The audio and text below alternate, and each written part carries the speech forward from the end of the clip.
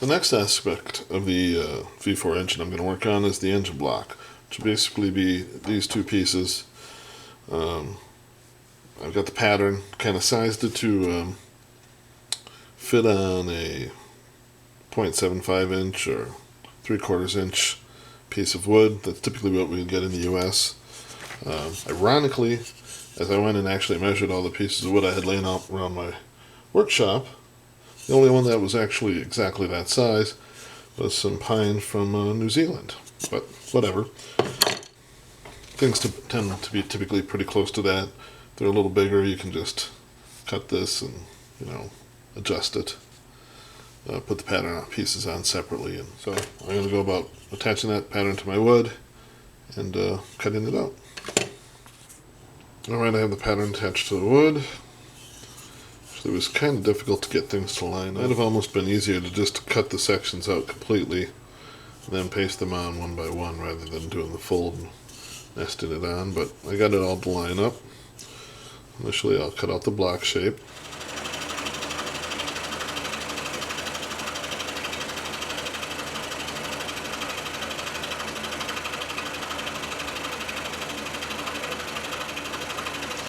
Alright. With the block cut out, I've attached the remaining pattern to the other side. I'm going to drill out small holes here for future screws. I'm drilling those out before, of course, the brass tubes are in here, so I don't want to damage or bend the tubes. Although this one's completely clear. This one's depth, if you go too deep, could hit a tube, but the screw I'm going to use won't. But tube's not in there, so I can't hurt it. And then I'll drill out the top parts, so that at least I break through to here, so I can just cut it off and have openings. Same depth. Now for the ends, I'm actually going to drill those out a little bit with the 1/16 of an inch drill bit, just to try and get things as good as I can to guide my 3/8. Oh, 13/32 actually. Just because this one kind of is not it's brad tip and all, but it's not the straightest drill bit. Okay, I clamped it up in here, trying to keep everything straight and true, and we're going to give it a whirl.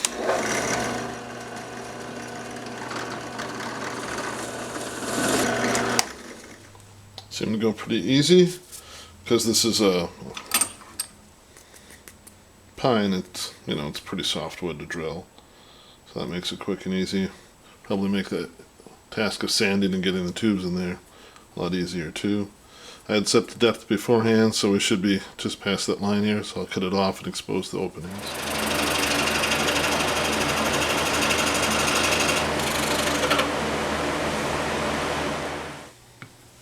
Alright, so now we're down to this.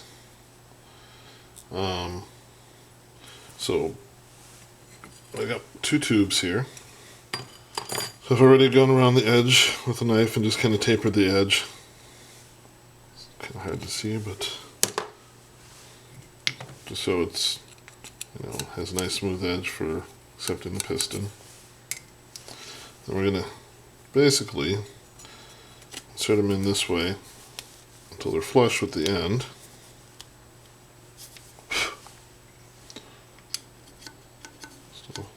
Still good there. We're going to just put both in there. But what we're going to do to secure them in place, in the past I've had a little trouble sometimes with glue, that as it dried it warped the tubes. So in this case, I'm going to just line the holes with some silicone to hold everything in place. That shouldn't warp anything. Alright, I got the tubes glued in here. Now I'm going to just cut off the tubes.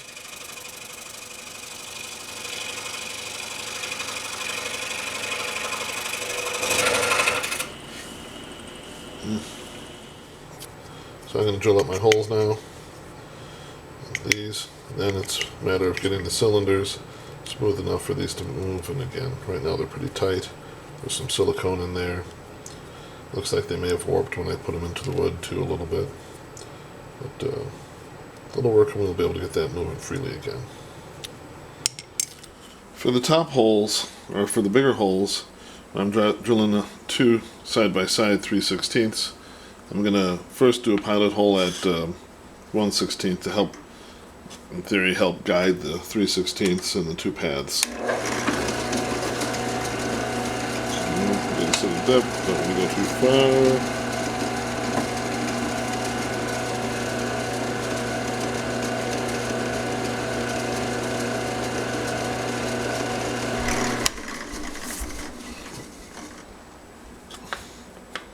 I'm just drilling on 3/16 now. I'd be upset if it didn't, but what you gonna do?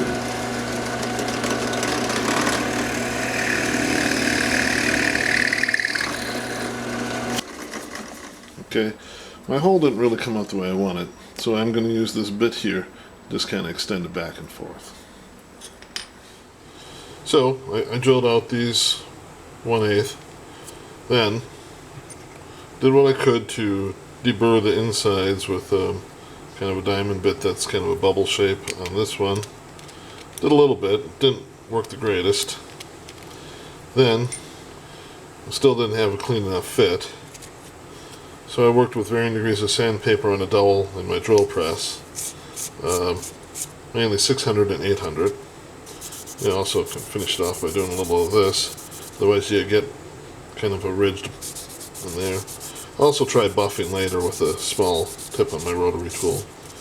But after a bit of working, I was able to get the pistons moving freely. So we got relatively free motion at this point. Some dirt in there that I have to take care of. Also then worked with steel wool, just kind of on one of my files, and worked the inside of it with the steel wool. So it takes a bit to get it smooth inside for your pistons to move.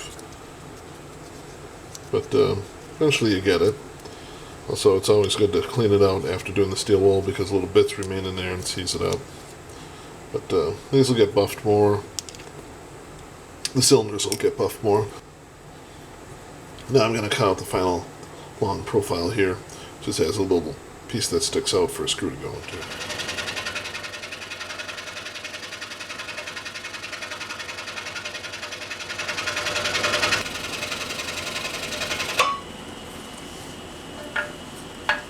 This is the finished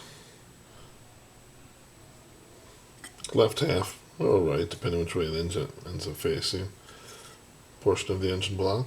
The other side will be the mirror image of this. Things look like it turned out fairly well. Make the bracket that's going to hold the engine block in place, essentially like so. Or engine blocks, however you want to describe it. The screws I'm going to use to hold it, let's see here. These are the two screw types I'm going to use to screw it together. This is going to be the top one. This one, which is actually a little shorter, is going to be the bottom one. Normally I'd have both brass, but the brass size I had was just too wide. It would have split the hole. So I've kind of measured out the screws. It'll vary depending on your screws of the holes I'm going to drill. And then of course down here where the bearing's going to go, it's going to be 3/16. These holes are going to do 3/32. But first I'll drill it out, cut it out, screw it together, see what it looks like.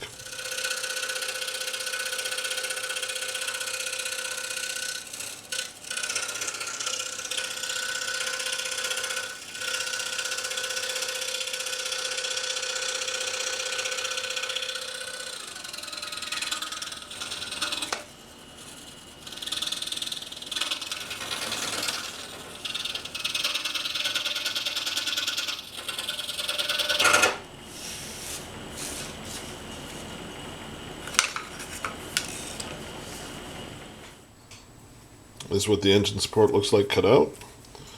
Now we'll just screw it together here, like so. I'm not going to do it on camera because it'll be too clumsy, but I'll show you when it's finished. That's what it looks like with the engine block screwed onto the support. Added in a small indent so that the screw sits flush. Does look like the manifold is slightly, either this is slightly the wrong size or this is. I went back, I drilled the holes a little bigger in the bracket so that there was a little play, screwed everything together. Now it's a much better fit. So really I'm going to kind of, like I polyed this already a little bit, I'm going to do the same for everything else. This will actually just be put on with a small bead of silicone on each side. We'll just put it together like so. That way it'll make up for any imperfections in the seal. But it's a pretty good fit now. Both sides. I do have to make another one of these. But everything looks good. So this is what the engine block will be. Thanks for watching.